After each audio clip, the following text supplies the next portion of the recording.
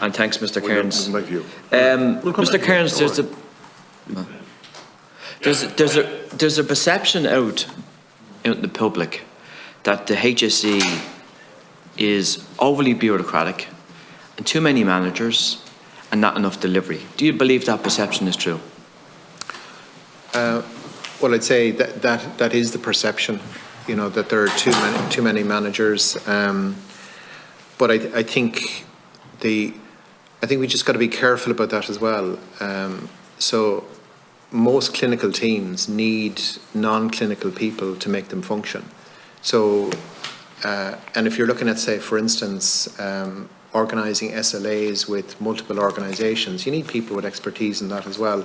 So there is a real, you know, healthcare management is tough and it is a difficult gig. And I think for most of, there is generally, because we set up the system the way it is, it just makes almost an impossible job for pretty much everybody in the system. And there's, you know, where you can see the system, it's firefighting and it's crisis management all the time, and we haven't made it a good place for people to work. And unless and this is why we mentioned the whole workforce and culture issue in our advice, that we have to address this in the round, that whether your role is to be an accountant, or your role is to be the porter at the front door of a hospital, or your role is the practice nurse in a GP's practice, or you're the GP, or you're the consultant, or you're the junior doctor, or whatever, that there's multiple roles. In a complex system, you need all of these people. The manager of a hospital, the manager of a CHO, and so on. So I think it's probably, while it might be the perception, I don't think it brings us forward that much, really. But you understand how that perception prevails, because when people, you know, try to access healthcare and it's simply not there. I know, yeah. It's the most frustrating thing, and you know. Yeah, and I you know, you're absolutely right. And I think when people get into care, they find this is really good, generally speaking. People have great experience, but it's the access to it. And like, you know, people's trust then erodes, and you know, a lot of people are really worried about, if I have to go into an ED department, am I going to be waiting for 24 hours on a chair, or you know, what's going to happen to me? And for the staff who are watching that, it is incredibly difficult. And I'd say one of the big issues that we have, particularly after COVID, is the stress of working in healthcare is so significant, and the last 2 years and 2.5 years have really just amplified that. But it existed before this as well. That we've set up the system in such a fragmented, poorly governed way that for people who are working in healthcare, they're trying to do their best. And I see, this is at every level. I can see it within the department, within the HC centre, right out into the front line, that people have really kind of, I won't say burnt out, but there is a significant burnout element to it. And this is why we have to put such huge focus on this, because this is not sustainable. Like it's not that this is a nice thing to do. We cannot go on like this.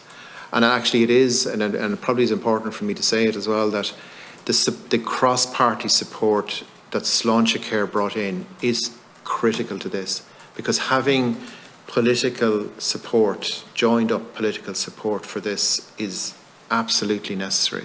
And I think it'll give people confidence out there that if there is that kind of support, if there's coherence then with the department, with the HSE, with the front line, that people will have some hope that this is going to improve. Yeah, because that's really big. I agree. Just in relation to the last 2.5 years, it has been beyond challenging in relation to the pandemic and other factors. And I think a lot of people that work in the health service are really are pinned to the collar in relation to everything that's going on. And just in relation to your statement, in relation to, and it's a breath of fresh air, I think, kind of your critique in relation to our health service. I think it's how it can be corrected. You use words like joined up, integrated approach, service planning, delivery and empowerment, deliver that care. Is that not happening at the moment? Because if that's not happening at the moment, one gets very concerned.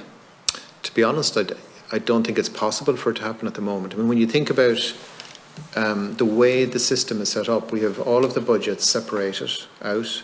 We have GPs operating separate, and not necessarily with access to diagnostics. I know that has improved and there's more diagnostics available, but I wouldn't like to be a GP without immediate access to diagnostics and the risks that creates for GPs and for patients.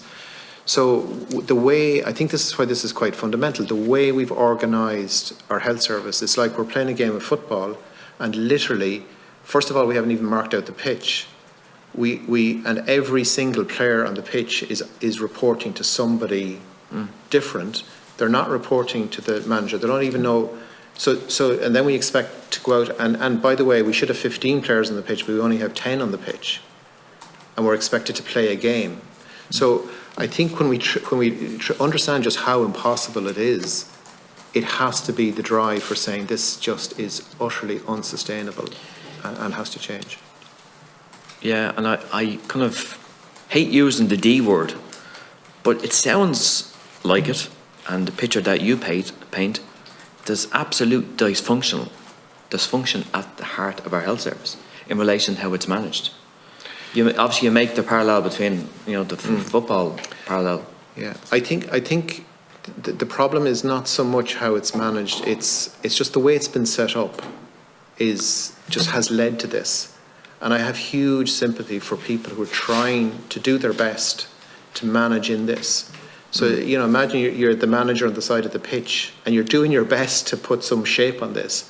But meanwhile, everybody is reporting in a different way. And do you believe with the RHAs, if they were kind of constituted right now, that kind of dysfunction would address them issues around kind of that, that parallel between, what you said in the football pitch? I think the RHAs have to address that, and I think it's bringing it local, because at the end of the day, joined up care only means something if it happens to individual patients. Like, you got to do it at the system level, but at the end of the day, that you go to your GP, there's a connection between that and the diagnostics and the hospital and the community and so on, and that doesn't happen unless you plan for it to happen. And the only people who can plan for that particular thing to happen are the people who are doing that. So the RHAs in themselves don't solve it, but they create the means and the approach that will solve it. Okay. And that's why we need to get on that path now. And I think, in fairness as well, I think at the HSE Centre, the kind of things that they should be spending their time on, they just can't spend their time on that. Those strategic framework, the overall programmatic approach and accountability, because they're sucked down. Everybody is operating 2 or 3 layers below where they should be. And then so we can be critical and so on, but it's just as impossible for them, and I think it has impacted on the department in the past as well. So I think we have to be. And this sounds like it's going to take a considerable amount of time to correct.